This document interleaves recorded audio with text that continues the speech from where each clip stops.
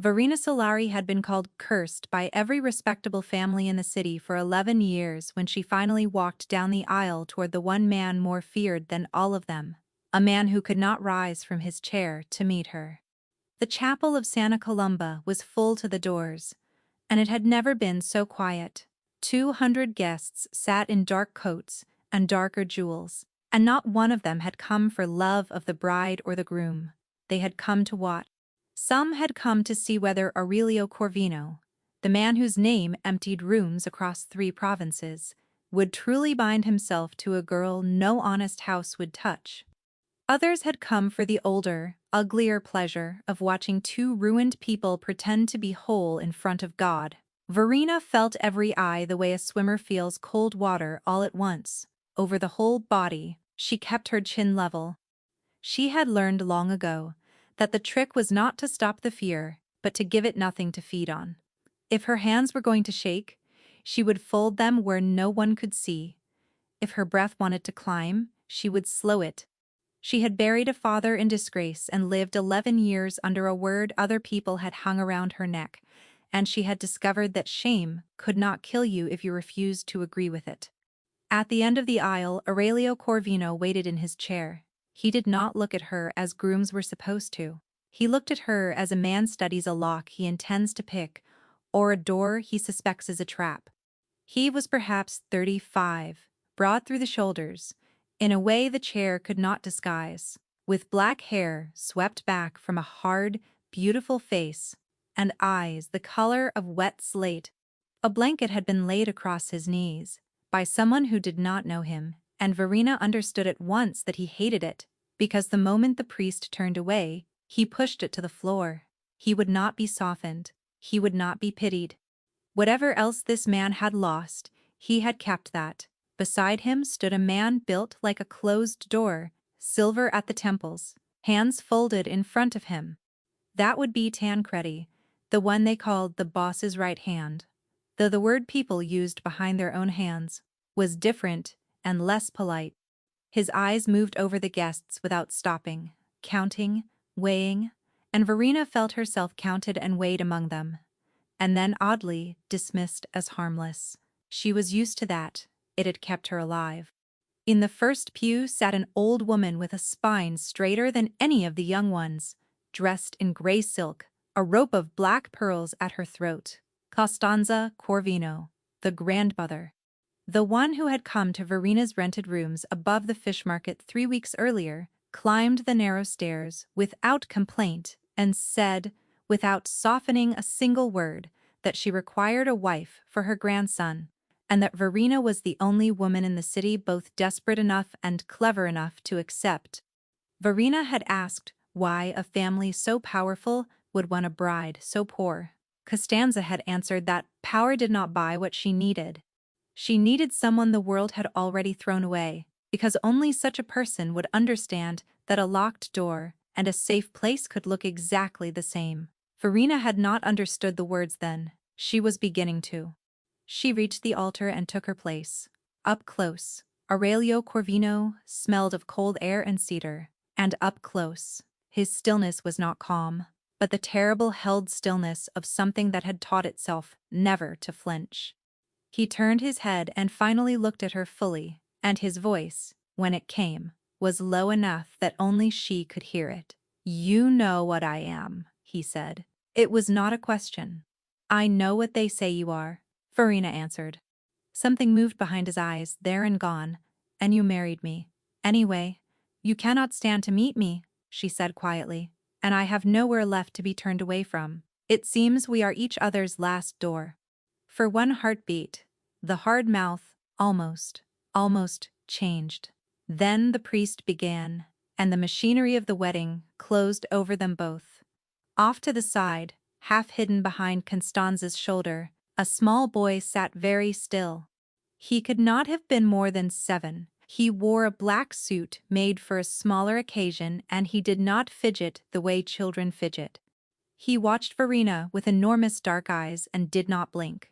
And when she glanced at him, he did not look away, and he did not smile.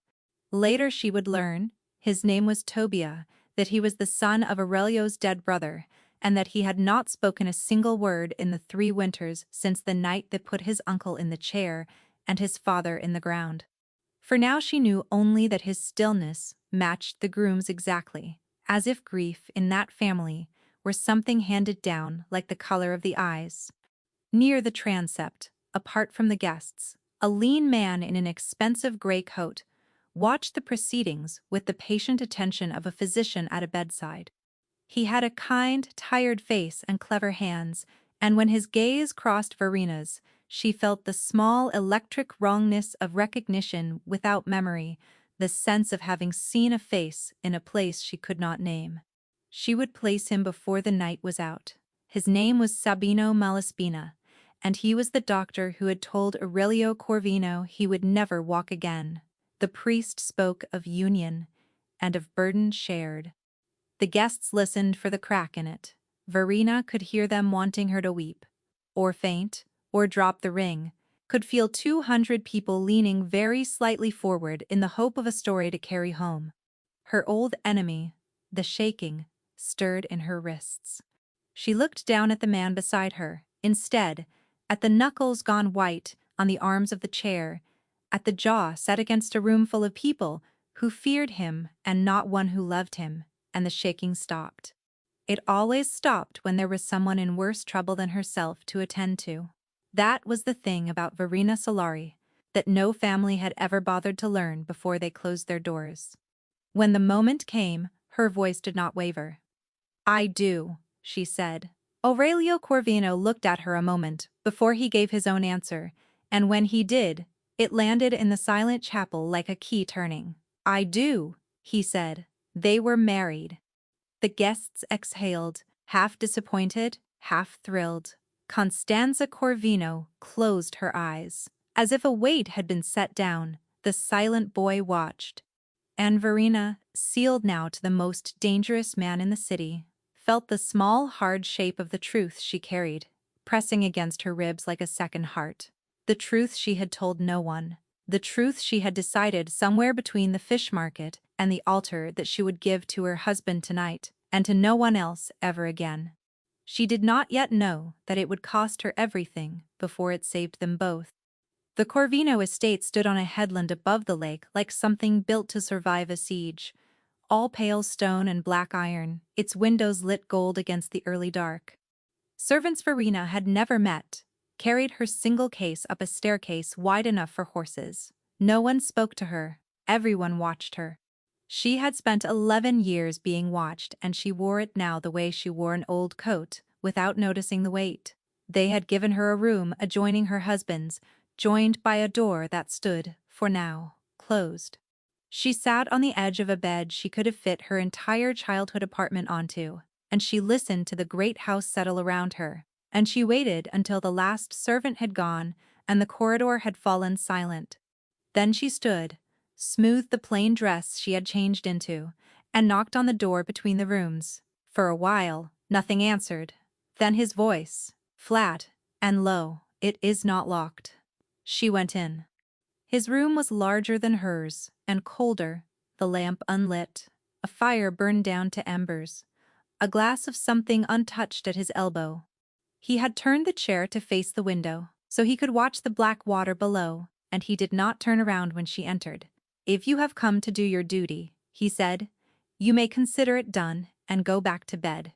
I will tell my grandmother whatever keeps her quiet." "I did not come for that," Verena said. Now, he turned. In the dimness his face was all edges. "Then why did my grandmother buy me a wife?" Verena crossed the room, and instead of taking the chair he had not offered, she knelt. Not in submission. She knelt as a person kneels to study something on the ground, bringing her eyes level with his, so that for the first time all evening no one in the world was looking down at either of them. "I came to tell you the truth," she said. "And then to ask you for one." He watched her. "Say it." "Then you know who my father was," she said. "A doctor," Aurelio said. "Struck off. There was a death. It is the reason no one would take you. My grandmother told me all of it before she brought you here. She told you the story the city tells." Verena kept her voice even. My father was the finest rehabilitation surgeon in the North before a powerful family needed a name to hang a death on, a death that was never his doing. They took his license and his name, and in the end, they took everything he had left. Because a man can only be called a killer so many times before he begins to believe it is easier to stop being anything at all. But they could not take what lived in his hands, because by the time they came for him, it lived in mine as well. I trained beside him from the age of 12.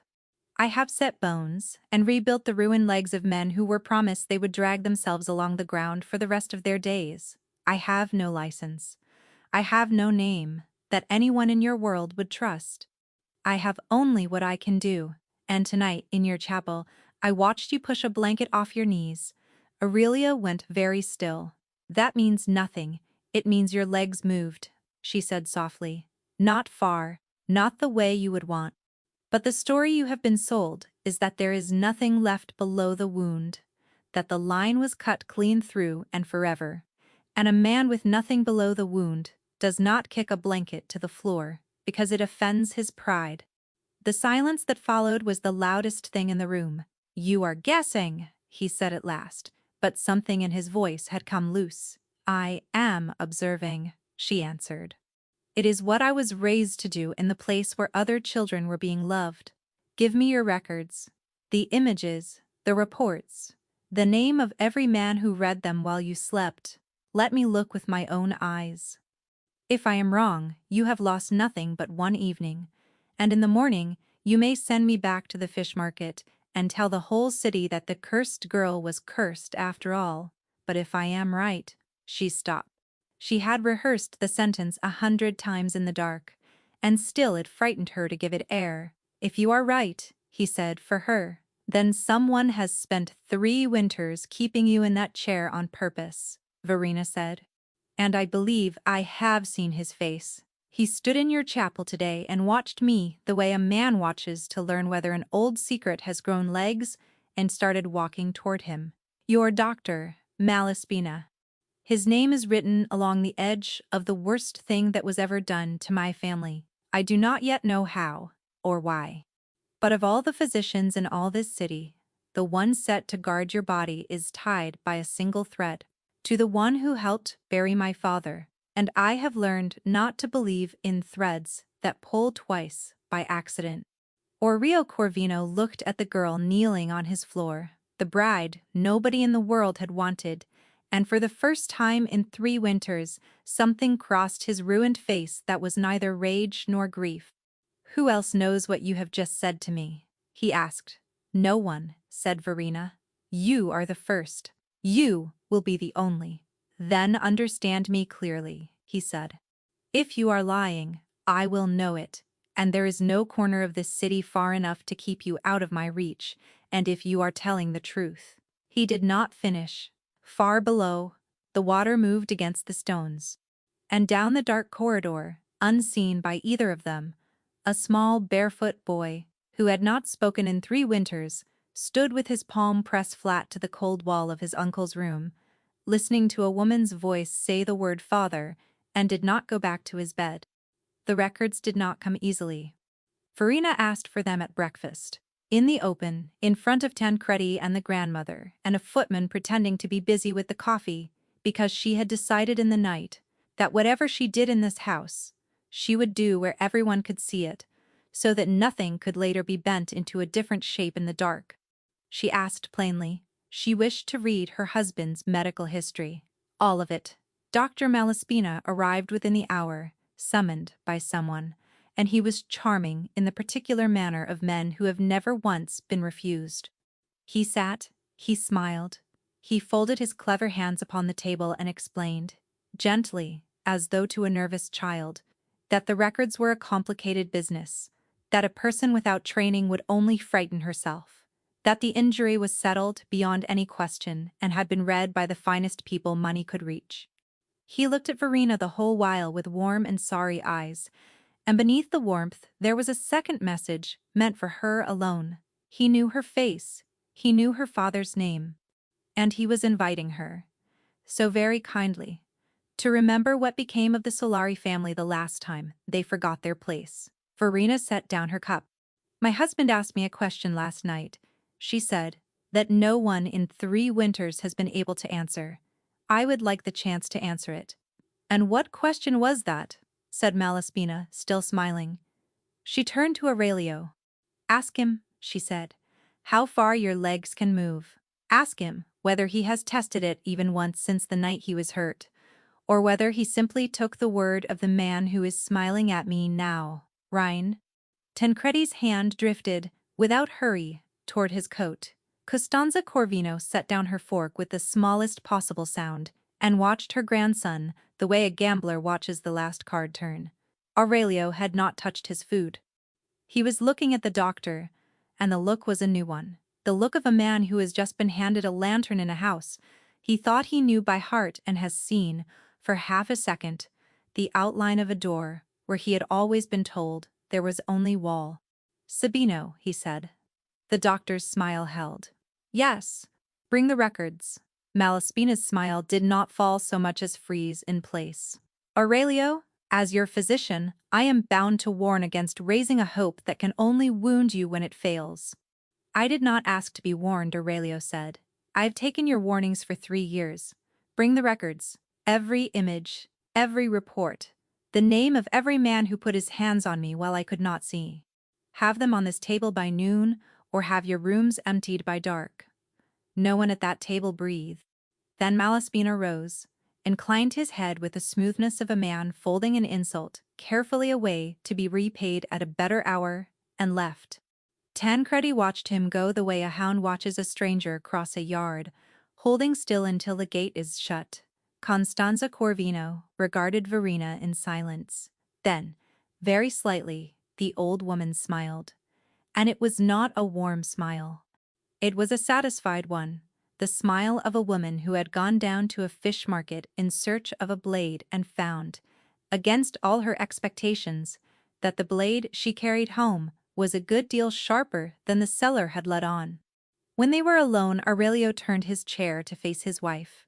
If we are going to do this, he said, we do it on my terms. No, said Verena, we do it on his. His eyes narrowed. Whose? My father's, she said. No one restrains you. No one moves your body without first telling you what they mean to do and why. You may stop me with a single word at any moment, and I will stop, and I will not ask you to explain yourself. I never lay a hand on the wound first.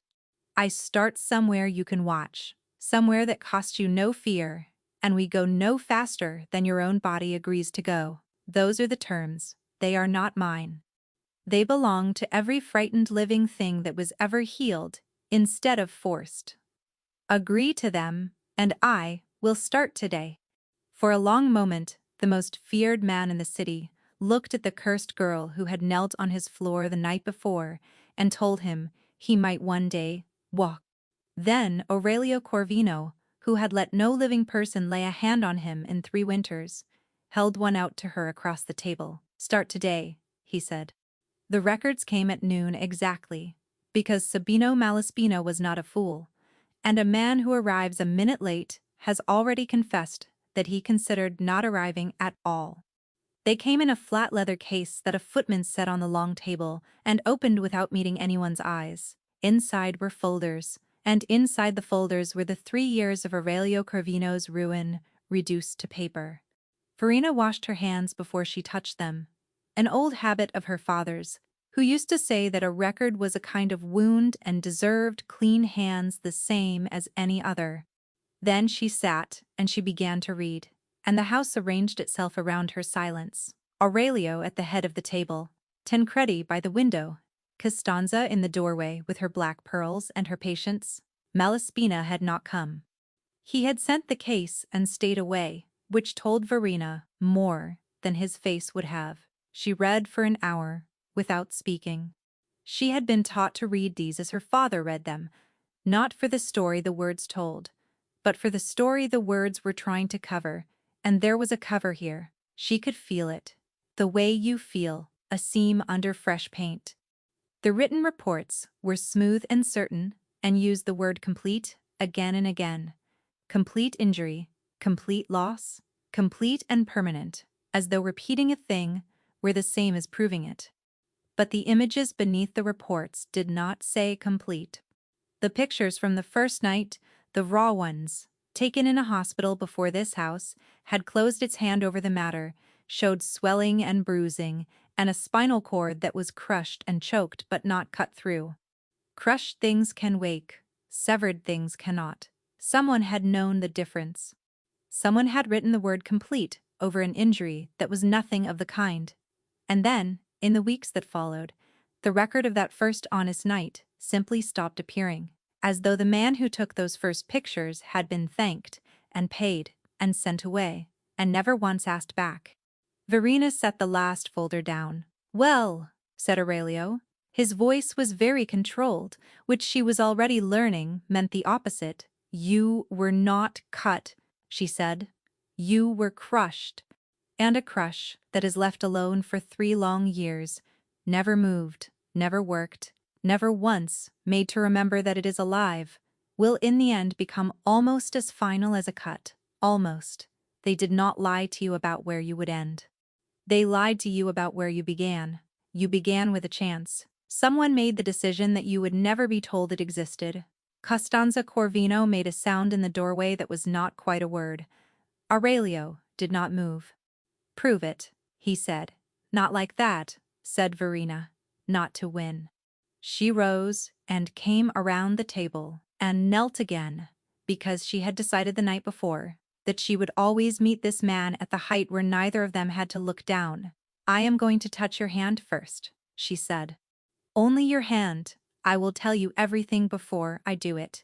If at any moment you want me to stop, you say the word stop, and I stop, and I do not ask you why. Do you agree?" His jaw worked. "This is absurd." "I know," she said. "That is exactly why we begin there. We begin where you are certain, so that when we reach the place you are afraid of, your body already knows that my hands keep their promises." He only stared at her. Then, stiffly, he laid his hand, palm up, on the arm of the chair. She took it as though it were made of something that could bruise. She did not squeeze or press or perform. She simply held it warm and still, and she named each thing as she did it. "This is your wrist. This is the tendon here. I am going to turn it. Now I am turning it." And slowly, slowly, the terrible held stillness in him began to loosen by degrees, so small that only a person trained to watch for them could have seen. She worked up the forearm. She worked the shoulder that had pushed a chair through 3 winters and forgotten how to be anything but armor. She talked the whole time, not about anything in particular, about the fish market and how the gulls learned which sellers were careless, about her father humming while he set a bone, about nothing at all, until the nothing became a kind of rope he could hold. When she moved toward his legs, he flinched, and she lifted her hands clear of him at once. "You said stop," she said, though he had not. He looked at her, breathing hard. "I did not say stop. Your body did. I listen to whichever of you speaks first." She waited. "We do not have to go there today. We can end here and try again tomorrow. And that is not a failure. That is the work." Something in him gave way at that, some small locked thing, and he said, roughly, "No, go on." So she went on. She warned him before every touch. She laid her hands on the long muscle above the wound, far from it, and she asked him to do the one thing no one had asked him to do in 3 winters. Not to be brave, not to be whole, only to try gently, without shame if nothing came, to press his foot down against her waiting hand, the way you would press a pedal, the smallest push in all the world. Nothing happened. Again she said softly, "There is no failing here. There is only what your body tells us. Try again." "Nothing." She did not hurry him, and she did not pity him, and it was the absence of pity, more than anything, that made him try, a 4th time and a 5th. His hands gripped the arms of the chair, and on the 6th attempt, under her palm, she felt it. Not much, a tremor. A single deep muscle waking after 3 winters of being told that it was dead, caressing and faint as a heartbeat heard through a wall, against her hand. Verena went utterly still. "Do not move," she whispered. "Do it again." He did it again, and this time he felt it too. She saw the exact instant it reached him, saw 3 winters of certainty crack straight down the middle, saw a man who had sent other men to their deaths without changing his face come quietly apart over the space of one small motion of one foot. He made no sound. The tears simply ran down the hard face and fell, and he let them fall, because there was no one in that room he needed to be feared by, only a girl kneeling on his floor with her hand cupped beneath his heel, as though she were catching something precious that had very nearly been thrown away. And that was when the door moved. None of them had heard it open. Tobias stood in the gap, barefoot, in the clothes he had slept in. The small carved wooden horse his father had made held tight against his chest. He was looking at Verena's hands. He had come the length of the silent house, past his grandmother, past Tancredi, past every grown person who had spent those 3 years failing to reach him. And he crossed the last of the room now and came to stand at Verena's shoulder and put out one small hand and laid it, very carefully, on top of hers. Costanza Corvino pressed her fingers to her mouth. "Come away, Tobia," said Tancredi gently, moving toward the boy. "Come now. And let them be." The child did not come. He pressed closer to Verena and would not take his hand from hers, and he looked up at Tancredi with the flat, immovable refusal of someone who is decided, after 3 winters of silence, exactly where he means to stand. "Leave him," said Aurelio in a voice gone hoarse. His eyes had not left the boy. "In 3 winters, he has not once reached for a living soul. Leave him where he wants to be." And Verena, with a boss's tears drying on the back of one hand and a silent child's palm warm upon the other, understood that she had just done something a great deal more dangerous than wake a sleeping lad. She had become to the 2 people this fortress guarded most jealously in all the world, the single door that opened. After that day the silent boy chose her, and he chose her the way wounded children do, all at once and without appeal, fastening himself to the one person who had not yet taught him to expect a knife. He began by appearing at her door in the mornings before the house had woken, sitting on the cold floor of the corridor, with the wooden horse in his lap, waiting. Verena did not scoop him up, or exclaim over him, or do any of the bright, loud things grown people do that frighten a quiet child worse than shouting ever could. She simply left her door open, and set a second cup beside her own, and went about the small business of her morning as though a boy on her floor were the most ordinary thing in the world. On the 3rd morning, he came inside. On the 5th, he fell asleep against the leg of her chair while she read, and she did not move for 2 hours for fear of waking him, and her foot went numb beneath her, and she counted it among the finest 2 hours she had spent in that house. She had asked Costanza for one thing, and only one, in her first week. Not jewels, not rooms, not a place at any table. She had asked for the old still room at the south end of the house, a long disused chamber, where 100 years of Corvino women had once dried their herbs and pressed their oils, because it held the best light in the house, and a door that locked from the inside, and a stone floor she could scrub with her own 2 hands. Constanza had given it to her without a word, and had the key delivered on a length of ribbon. And Verena had come to know the old woman well enough by then to understand that the ribbon was a kind of respect. The still room became hers. She scrubbed it and aired it and set her father's instruments along the sill in their worn leather roll.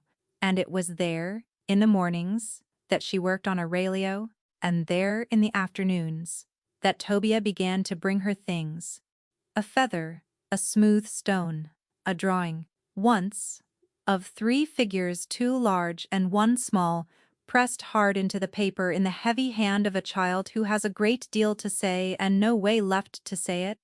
Verena pinned the drawing to the wall, as though it were a diploma. It was Tobia who first brought Aurelio across her threshold as something other than a patient. The boy had taken to falling asleep in the still room, and one evening he would not be moved, and a servant went to fetch the master, and Verena heard the low, familiar sound of the chair in the corridor. And then, instead of the door simply opening the way every door in that house opened for the man who owned them all. She looked up. Aurelio sat in the doorway, not crossing it. "May I come in?" he said. The question did something strange to her chest. She had spent her whole life in houses where men did not ask.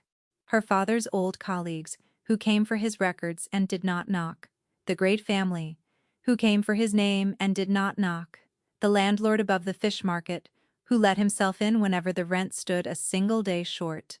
And here, in the one room in all the world, that was hers, the most feared man in the city, sat at the very edge of it and asked her leave to enter. "You do not have to ask," she said. "It is your house. It is your room," he said. "There is a difference between the two. I have lately been reminded of it." She looked at him a moment. Then, "Yes," she said. "You may come in." He wheeled in slowly and stopped beside the sleeping boy, and for a long while neither of them spoke. Tobias slept with a wooden horse pressed to his cheek, his breathing slow and easy, in a way it never was anywhere else in that great cold house. "He does not sleep like this in any other room," Aurelio said at last. "Not in his own bed. Not beside his grandmother. Only here." "He feels safe here," said Verena. "I know. That is the part I do not understand." Aurelio's gaze moved across the plain room, the scrubbed floor, the child's drawing pinned to the wall as though it were worth something. "This is the smallest room in the house. There is nothing in it. There is a door that locks from the inside," she said, "and no one in it who wants anything from him, to a frightened creature that is not nothing. That is the whole world." Aurelio was quiet for a time. Then, in a voice she had not heard him use before, low and stripped clean of all its armor, he said, "He stopped speaking on the night it happened. He was 4 years old. He was there on the worst night of all our lives, and he saw things no child should ever have to carry, and he has not said one word since, not his own name, not mine, not his father's. I have brought physicians from 3 countries to this house. I have offered fortunes to men who promised me miracles. And tonight, he sleeps on a stone floor in a room with nothing in it because a woman I have known for 4 days does not frighten him." Verena looked down at the sleeping child. "Then perhaps," she said gently, "what he needed was never a physician at all. Perhaps it was only a room where no one stood waiting for him to be anything other than exactly what he is." Aurelio Corvino looked at her across the sleeping body of the last of his brother's blood, and whatever he had been on the point of saying, he did not say it, but he did not leave either. He stayed until the fire had burned low, in the smallest room in his own great house, asking with his silence for something he did not yet have the words to name. The work settled into a shape, and the shape became the first thing in 11 years that Verena Solari could call a life instead of a sentence. Each morning she worked on Aurelio in the still room, and each morning the faint tremor beneath her hands grew a fraction less faint. She kept her notes the way her father had taught her in a small, soft-covered book, 1 line a day and no more, because he had always said that a man who writes too much is only trying to talk himself into something. 2 weeks in, Aurelio could press his foot against her hand and feel the press. 3 weeks in, she saw the muscle move on its own, without her hand there to push against, a small living answer of its own accord, and he watched it the way other men watch a birth. It was in the 3rd week that she found the thing that turned her cold. Aurelio was clear and sharp in the mornings now, sharper than she had ever seen him, and one day he said as much himself, that he felt as though a fog he had lived in so long, he had stopped believing it was a fog, had begun at last to lift off him. Verena asked him, carefully, what it was he took at night. He told her, "A draught. For the pain. For the nerves." Malaspina had first given it to him that first winter, and he had swallowed it every night since, without a thought. As a man stops hearing a sound he has lived beside for years, She asked to see it. She held the small, dark bottle up to the window and read the hand-lettered label. And she knew the smell of the stuff before she had even drawn the cork, because her father had kept the very same thing locked in a high cupboard and had used it perhaps twice in her whole childhood, on men who were screaming, and never for more than a few nights together. Because it did not only dull a man's pain, it dulled his will. It made him soft and slow and easily led. It was not a medicine you gave a man you meant to make well. It was a medicine. She did not tell Aurelio what she was thinking. Not yet. She had learned long ago that you do not put a knife in a man's hand until you are certain which way he will turn with it. Instead, she mixed him a different draught that night, one of her father's bitter and harmless, that eased the ache without stealing anything from him in payment. And she watched. And in the morning he woke sharper still, the last of the fog gone from his eyes. And he looked at her across the still room with a gaze that had not been wholly his own in years, and said, "What did you give me?" And she said, "Less." And he laughed, a real one. Short and startled out of him, and the first she had ever heard. He tried to give her things after that. It was, she came to understand, the only language of care that had ever been taught to him, the language of the fortress, where love arrived in the shape of objects because an object can be commanded and a feeling cannot. He offered her a whole wing of the house. She kept her one room. He offered her a car, and a driver, and an account in her own name with no figure at the bottom of it. She refused them all, gently, and each refusal seemed to puzzle and fascinate him more than the one before. "Everyone wants something," he said one evening, watching her clean her instruments. "In the whole of my life, this has been the single reliable law. Tell me the thing you want, and I will get it for you. And then at last I will understand you. And I have grown very tired of not understanding you." "I want better light in this room," she said. "The lamp smokes, and I want a proper coat for Tobia. The small one has grown too small." He will not say so, but the sleeves end above his wrists now. Aurelio stared at her. "Those are not things you want. Those are things you want for other people." "Yes," she said. And then, because he had asked her honestly and she found that she could not lie to him, she added, "I wanted a thing for myself once. I wanted to open a room like this one somewhere out in the city, a place where the people the great houses had used up and thrown away might come and be mended, without being made to feel like beggars for the asking. My father's work but carried through to the end, the way they never once let him finish it." She smiled at her own foolishness. It is a foolish thing to want, with no name and no money to want it with. "It is not foolish," Aurelio said quietly. "It is the least foolish thing anyone has wanted inside these walls, in the whole of my lifetime." She came to know the house through its oldest servant, a broad and quiet woman named Delphina, who had cooked for the Corvinos since Aurelio was a boy in short trousers, and who watched Verena for a full 2 weeks with open suspicion before deciding, on the strength of a child's drawings pinned to a stillroom wall, that the new wife would do after all. It was Delphina who told her, in pieces, over cups of coffee strong enough to stand a spoon in, the things that no one else in that house would say aloud, that Aurelio had once laughed easily before, that his brother had been the softer of the two, the one that everybody loved, and that Aurelio had spent his whole life standing in front of that softness, the way a wall stands in front of a window. That the night of the ambush had taken the brother, and the use of the boss's legs and the child's voice, all in the same handful of minutes, and that the house had been holding its breath ever since, waiting to learn whether the wall would hold or fall. "And who else was in the house that night?" Verena asked, as lightly as she was able. "The doctor." Delphina's broad face closed like a shutter drawn against weather. "He came after," she said. "He was always the one who came after." And she would say not one word more, and for just a moment she looked afraid, plainly afraid, and Verena understood that whatever thread ran from Sabino Malaspina to her own father's grave ran straight through this warm kitchen as well, and that other people had learned, long before ever she arrived, that it was a great deal safer never to pull on it. That night Aurelio came to the still room and did not ask about the work. He sat beside the sleeping boy and the low fire, and after a while he said, without looking at her, "I have never asked you why it was you truly married me.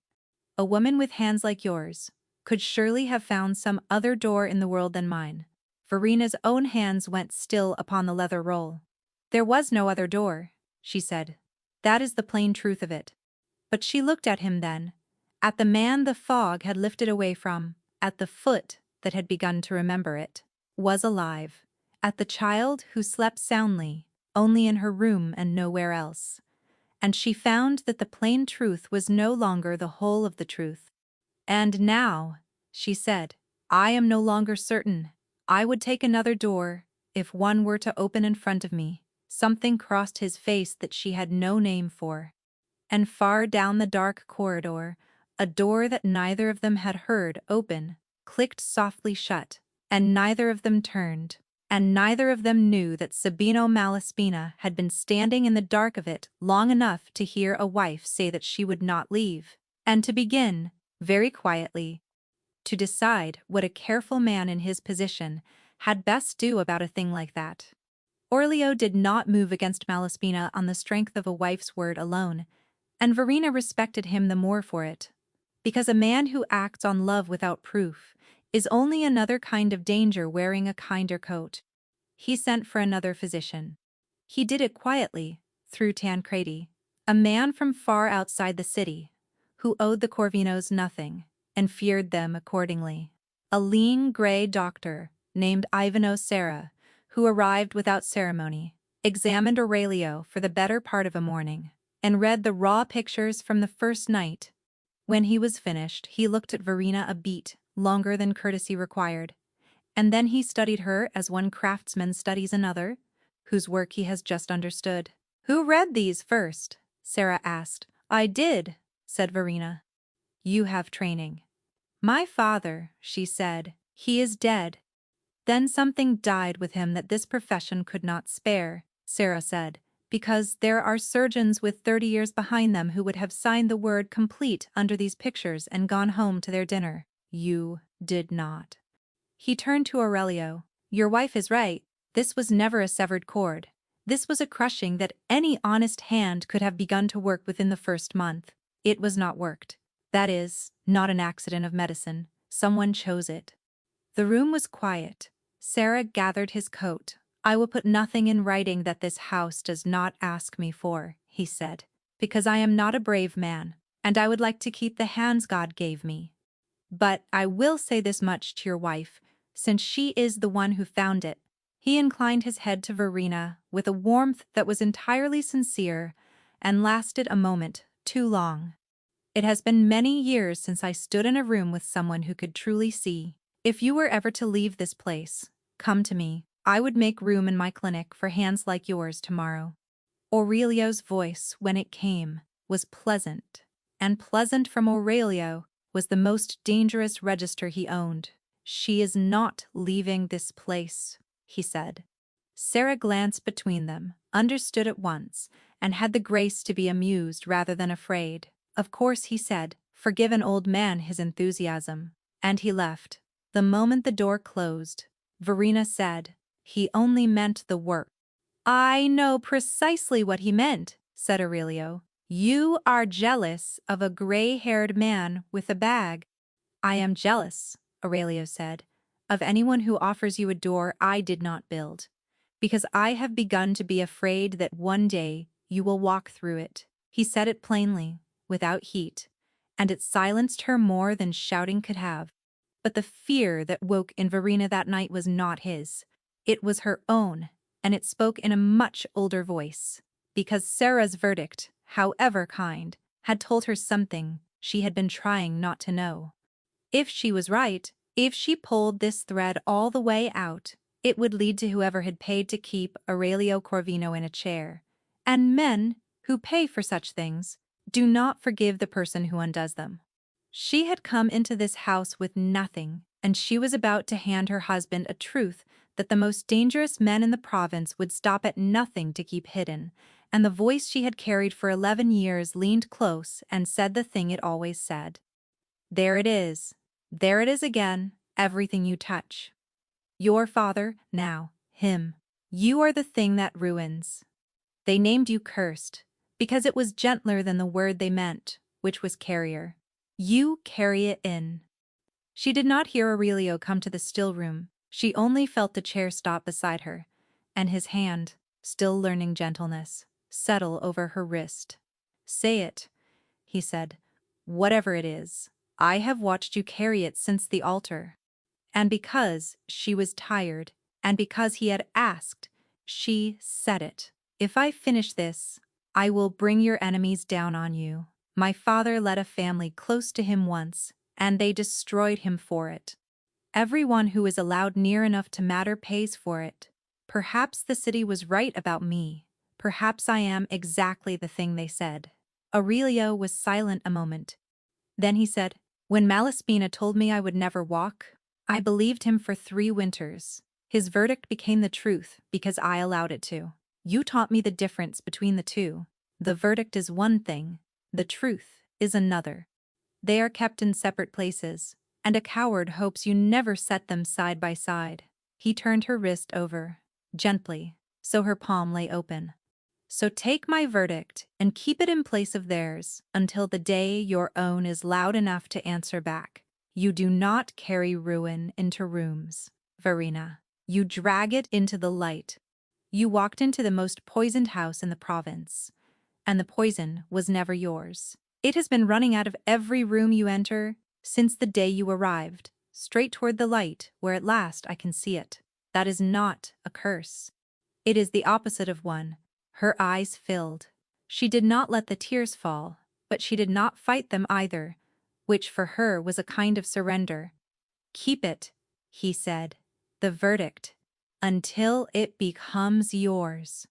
What she did not know, what neither of them knew, was that Sabino Malaspina had already understood that his time in that house was ending, and that a cornered man with powerful friends does not wait politely to be dismissed. He had made a telephone call that afternoon, to a number he had not dialed in 3 years, to a family whose name Verena would have known in her bones, and he had said only this: the Corvino boy is trying to stand, and the cursed girl is the one who taught him how. The storm came, 3 nights later, rolling in off the lake the way the worst of them did, a wall of black weather that arrived like an argument and settled in like a grudge. Verena was in the still room when the first real thunder broke, and she was on her feet before she understood why, because some animal part of her had already heard the other sound underneath it, a child screaming. She reached Tobia's room ahead of the servants. The boy was not in his bed. He had wedged himself into the narrow dark between the wardrobe and the wall, knees to his chin, the wooden horse fallen and forgotten on the floor, and he was making a sound she had never heard from him, a high, thin keening with no words in it because he had no words left, his eyes wide open and fixed on something that was not the room.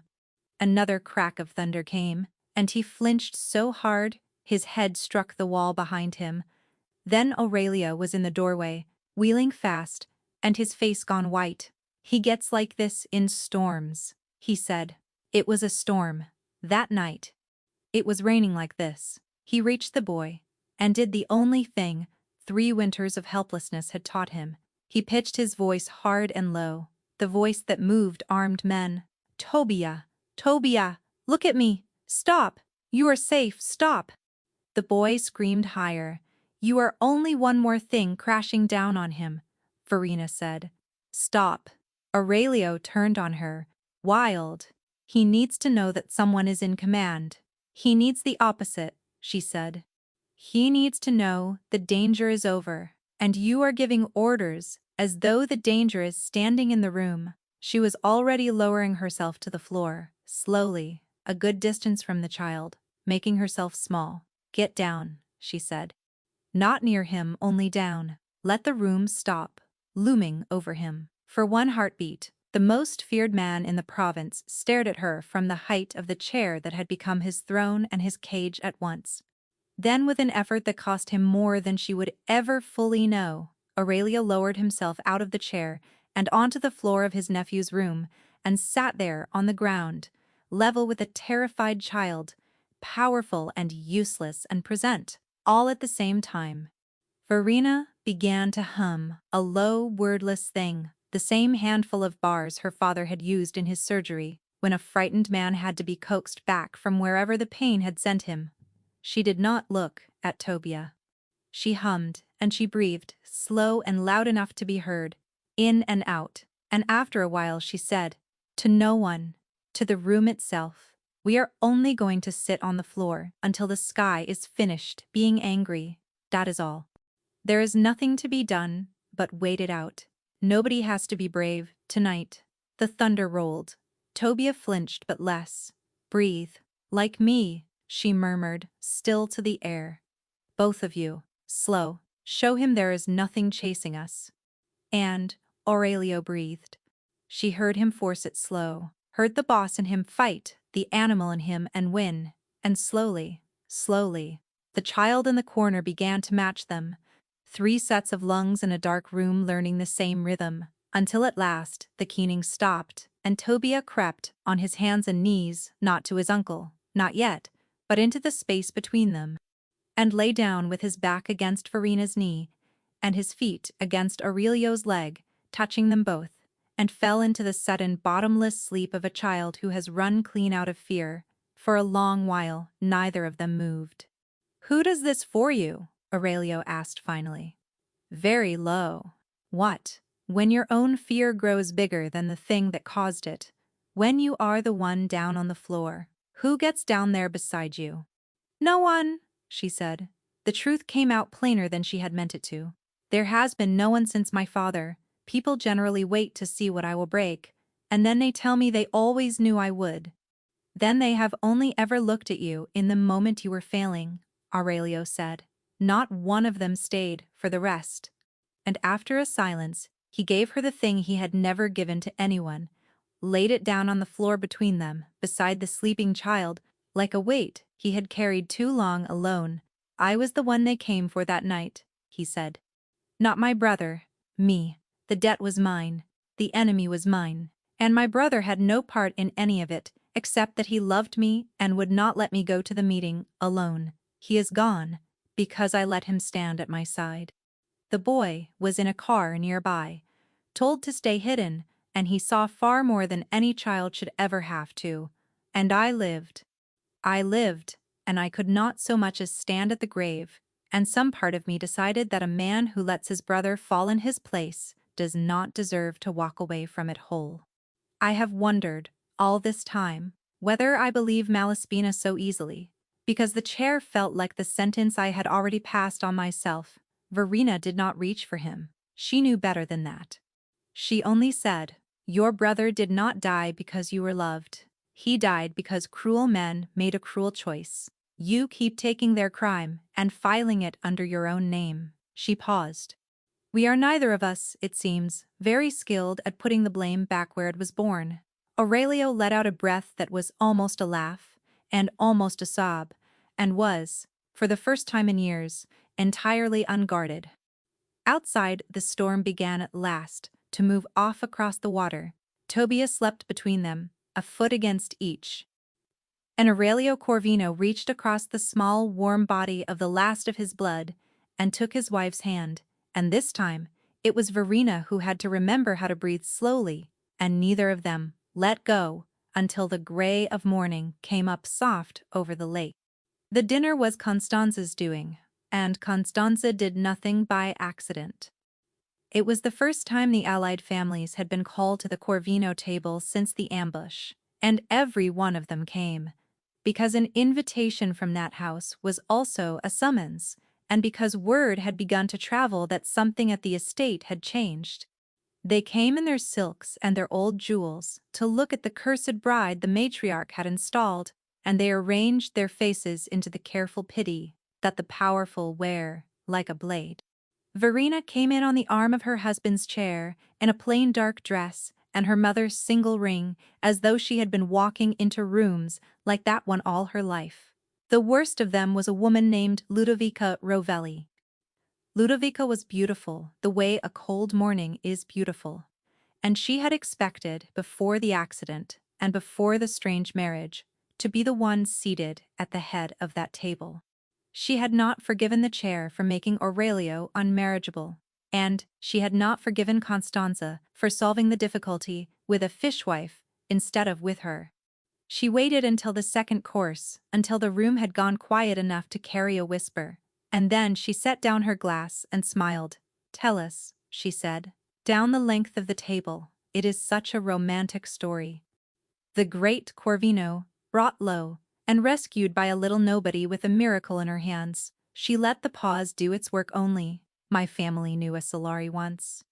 There was a doctor of that name who killed a patient, and lost everything, was there not? A whole household finished over a single dead body." She turned her lovely face toward Verena. "I do so hope, for all our sakes, that clumsiness does not run in the blood. It would be a shame if the miracle worker were to drop something precious." And on the word, as though the house itself were in the plot, a footman at Verena's shoulder let a decanter tip, and red wine spread across the white cloth in front of her like something spilled at the scene of a crime. The table went silent, every face turned, and Verena felt it rise in her.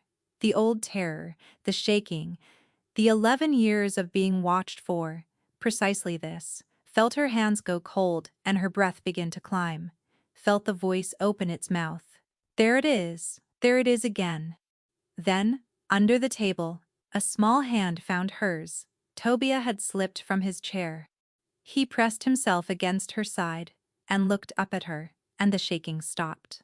The way it always stopped, when something that mattered needed her to be steadier than her fear. Verena picked up her napkin and without hurry laid it over the spreading stain.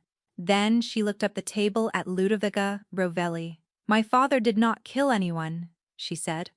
Her voice did not shake. She had decided that it would not, and it did not. A powerful family needed a name to bury a death beneath, and his was cheaper than the truth. "I spent 11 years believing the story anyway, because it is easier to agree with a room than to argue with one. I no longer believe it." She rested her hand on the boy's head. "And you are right, that I am watched for my mistakes. I have been watched for them my whole life. But every one of you has only ever looked while I was failing, and not one of you has stayed for the rest. Because the moment something alive is frightened, or in pain, or has been given up on by cleverer people than anyone seated at this table, my hands go perfectly still." No one laughed, no one breathed. "Then, say it plainly," Ludovica said, her smile gone thin. "You claim you can do what the finest doctors in Europe could not. You claim you can make a Corvino walk." She opened her hands to the watching families. "Prove it then, or sit down and stop performing for us." And into the silence that followed, Aurelio Corvino set both hands upon the arms of his chair. Verena turned. "Aurelio," she said low, "only for him. You do not have to. Not for them. Not to prove one thing to anyone in this room." "I know," he said, and that was the reason he could. He looked at her, only at her, and said quietly, "I am not doing it for them." Then, slowly, with the whole strength of 3 stolen winters flooding back into him, with the muscles she had woken pressing and shaking and holding, Aurelio Corvino rose out of his chair and stood, on his own 2 feet, at the head of his own table, taller than every seated soul in the room. For the first time, since the night they had tried to bury him alive inside his own body, a glass fell somewhere and broke. No one went to it. He stood for perhaps 10 seconds. It was enough. It was a great deal more than enough. Then he lowered himself back down, spent, gripping her hand, and in the wreck of the silent room, he looked at his wife and said, loud enough now for all of them to hear, "She did not steal your suitor, Ludovica. She found the thing the rest of you had agreed to call permanent." And at the far end of the table, unnoticed by nearly everyone, a lean man in gray rose without a word and slipped out of the room. Because Sabino Malaspina had just watched his lie stand up on 2 legs in front of 30 witnesses, and he understood, now, exactly how little time he had left. Later in the dark of the corridor outside the library, away from all of them, Verena found that she was trembling at last. Now that it was finally safe to. "You stood," she said. "You steadied me," he said. "Every day since the altar. I only did tonight what you have been doing for me since the morning you knelt on my floor." And Verena Solari, who had spent her whole life waiting at the edges of rooms for a permission that never came, closed the distance herself and kissed her husband, who went utterly still, and then, learning, lifted one hand to her face as though she were the miracle, and kissed her back. Malaspina was gone by morning. His rooms stood empty, his instruments taken, and the only thing he left behind was fear, which spread through the house like cold through a cracked window. Tancredi came to Aurelio before breakfast, with his face like stone, and what he said, Verena heard from the corridor, because she had learned across 11 hard years that the most important sentences are always spoken just out of your hearing. "He has gone to the Rovelli," Tancredi said. "Of course he has. He was theirs the whole time. Aurelio, they did not keep you in that chair out of cruelty. They kept you weak because a Corvino who cannot stand, cannot lead, and a house that cannot lead can be swallowed whole. Malaspina was their hand inside your own body for 3 years. And now, he has run to them with the one piece of news that undoes all of it, that you are healing, and that your wife is the reason for it." There was a silence. "They will come for her," Tancredi said, more gently. "She is the thread. Pull her loose and you go back into the chair in their eyes, and their patience holds. They ruined her father for less. They will not think twice about a fishwife they can call cursed, certain that no one will ever speak for her." Verena stood very still in the corridor, and understood 2 things in the same breath. The first was that the family who had destroyed her father, and the family who had crippled her husband, were one and the same, that the 2 great wounds of her life had been dealt by a single hand, and that she and Aurelio had been all along 2 victims of the identical crime who had found one another in the dark without ever knowing it. The second thing she understood only when she saw Aurelio's face as he wheeled out of that room. She understood that he was about to do the thing. He did not shout. That was the worst of it. Cruelty, at least, she could have hated cleanly. Aurelio was gentle. Aurelio was certain. He had decided already, in the space of one breakfast, and when he told her, as you tell a child, that a fever means no going outdoors. "You will remain in the house," he said. "The East Wing, guards upon the stair. You will not go into the city. You will not go to Sarah's clinic. And you will not stand at a window that faces the water. It is only until they are dealt with." He reached for her hand as though the matter were closed. "I cannot lose you. I have lost enough already." Verena did not give him her hand. "Where is my key?" she said. "What key?" "The still room. The door that locks from the inside." "Where is my key?" He hesitated. And in the hesitation she had her whole answer. "Tancredi holds it," he said, "for now. Verena, the locks in the East Wing turn from the outside.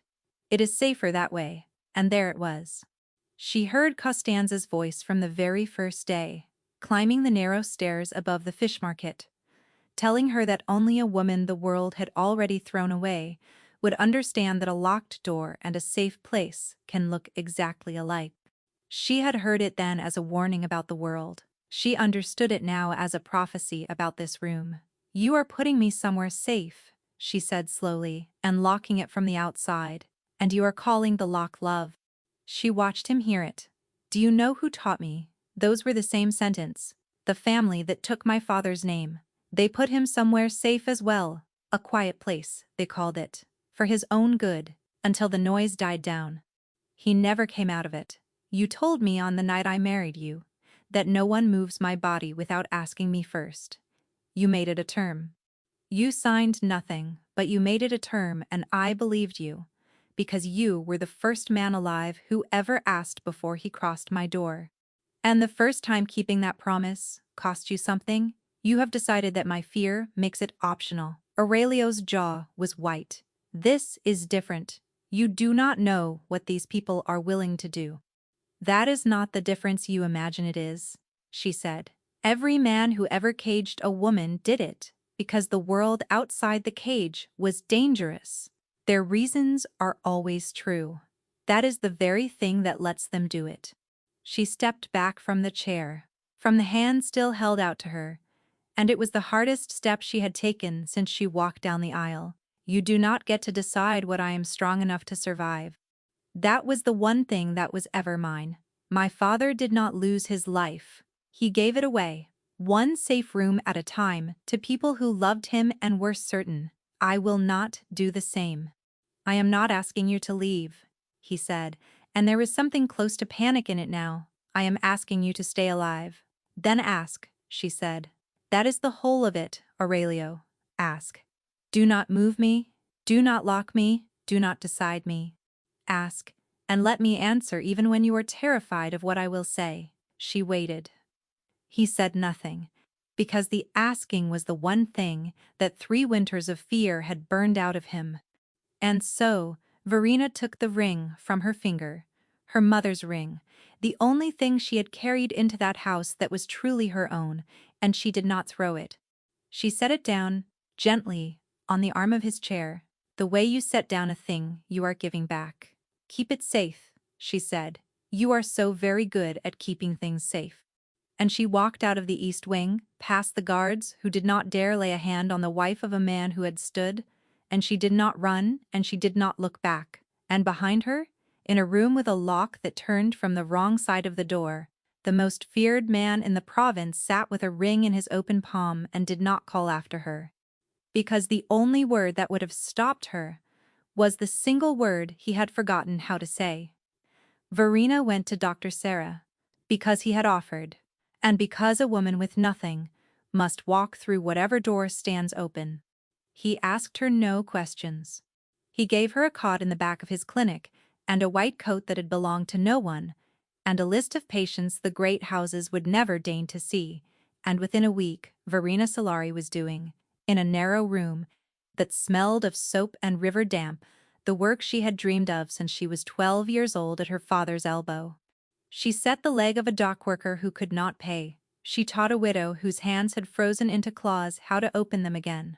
She worked on the old, and the poor, and the given up on, the ones cleverer people had labeled hopeless. And her hands did not shake even once, because there was always someone in the room in worse trouble than herself, and that, she understood at last, was not a flaw in her.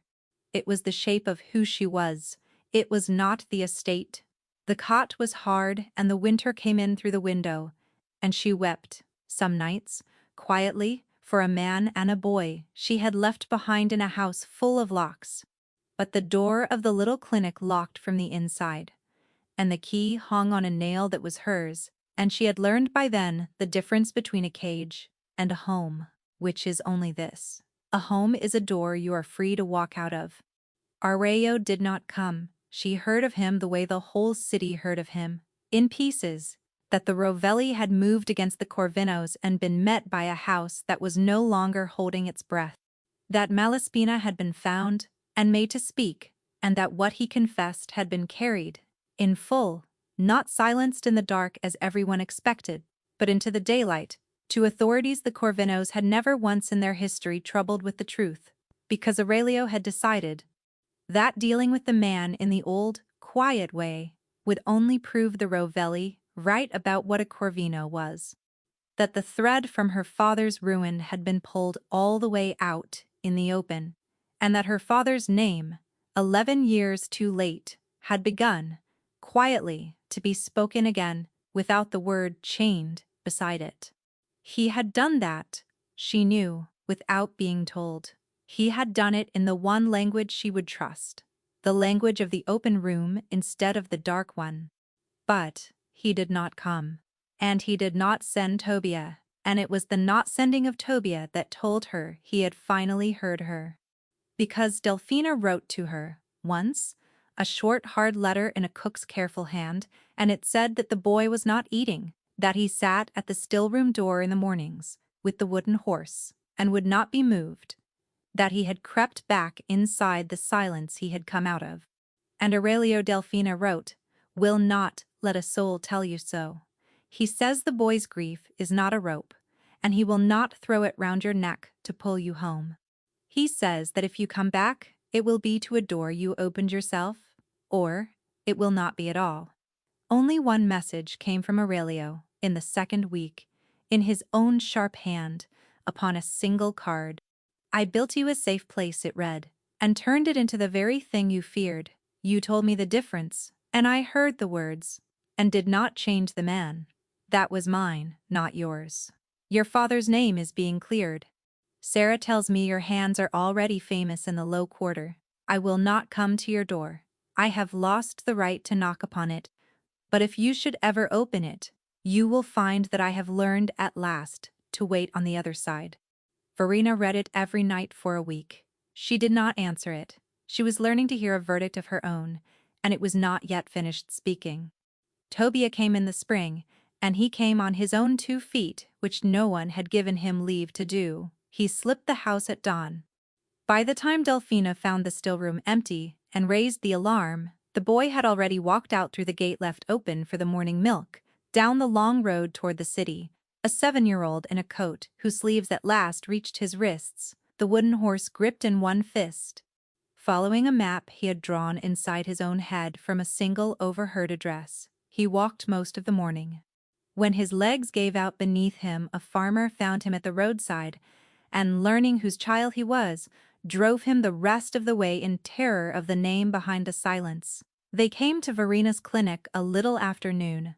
She was rebandaging a fisherman's hand when the door opened, and she looked up, and there in the light of her own doorway, filthy and swaying and half asleep on his feet, stood Tobia, holding the wooden horse out toward her as though he had carried it the whole way for the single purpose of putting it back into her hands.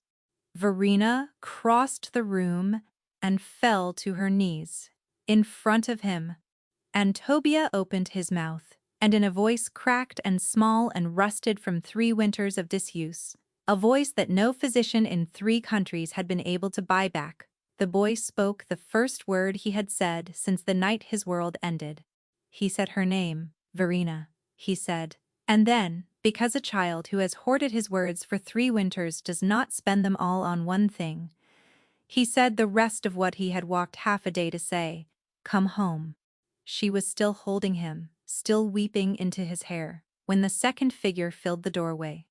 Ario had followed the farmer's cart the whole way, a length behind, near enough to keep the boy in his sight, and far enough that the boy would never know he had not walked it alone. He did not come in. He stopped at the threshold of the little clinic, in the ordinary daylight, an ordinary man now to anyone who did not know his name, and he looked at his wife on her knees with the last of his blood in her arms, and he did not cross the line. "May I come in?" he said. The whole of their story was inside the question, the room he had once entered by asking, the east wing he had filled with locks that turned the wrong way, the door he had promised never to move her across, and the promise he had broken, and the ring, she could see it now, that hung on a cord about his neck, kept safe the way he kept all things safe, close and guarded, and never once let go. Verena studied him. "The last time you were certain," she said. "You were certain about the whole of my life." "I am no longer certain of anything," he said. "It is the first honest thing the Rovelli ever gave me. I have not come to bring you back. The boy did that, and I would not stop him, though it cost me every instinct I own to let a child walk toward danger, because the wanting was his own to spend. I have come only to ask. Nothing that happens after the asking is mine to decide." "Then ask," she said. "The right thing." This time, Aurelio Corvino drew a breath. And then, in front of a fisherman with a half-wrapped hand and a room full of the city's forgotten, he did the 2 hardest things he had ever done. First, he set his hands to the frame of the door, and slowly, on legs that shook and held, that had carried him a little further every week of the winter. She was gone, because he had refused to let the work she started die with her. He stood and stepped, once and twice, across the threshold of her clinic, and stood swaying in the middle of the room she had built without him. And then, standing, he asked, "Will you come home?" he said. "Not to a wing, not to a safe room. There is no safe room, I have stopped believing in them. Come home to a house where the locks turn from the inside, and the door I build you opens onto any road you choose, including the road that leads away from me. Bring your clinic. I have bought nothing, arranged nothing. I have learned that much, at least. There is only a building near the harbor with good light, and it stands empty. And it will go on standing empty, unless you ask me for it yourself." He held out his hand the way he had that first morning across the breakfast table a whole lifetime ago. "I am asking, Verena. I have finally learned the whole of the word. Come home. And if your answer is no, I will turn around and I will wait on the other side of your door for as long as it takes you to be certain, because you taught me that a thing worth having is a thing that gets to tell you no first." Verena Solari rose to her feet. She looked at the boy, who had spent his only words to bring her back, and at the man who had walked across a room to ask instead of to command, and she felt the old voice, the 11-year voice, the curse, and the carrier and the there it is again, open its mouth to speak. And for the first time in the whole of her life, she found that she could no longer hear it. It had been talked over at last by a verdict of her own. "Yes," she said. And then, because she had learned from a master exactly how much a single granted permission could be worth, she took his hand, and she smiled, and she gave him back his own first word. "Stay," she said. "Tonight, you stay. We will go home tomorrow." The clinic by the harbor opened before the summer was out, and the name painted above the door was Solari, her father's and hers together, spoken now across the city without the old word chained to it, because a man who could have buried the truth in the lake had chosen instead to let it stand up in the daylight and be counted. Thorina mended the ones the great houses used and threw away. She let the poor pay her in whatever they had, and once she was paid for setting a boatman's shoulder with a bucket of the finest mussels she had ever eaten, and she counted it a fair wage and said so. Tobias spoke a little more with every week that passed, the way the spring comes back, in fits, and then all at once, until the house that had held its breath for 3 long years could not get the boy to be quiet, and no one alive tried to. He kept the wooden horse a long while. He gave it, in the end, to a child at the clinic who had stopped speaking too, and Verena understood that he had learned the one thing she had spent her whole life learning, that the way out of a locked room is to turn and hold the door for whoever comes next. Aurelio walked, not always, and never with ease.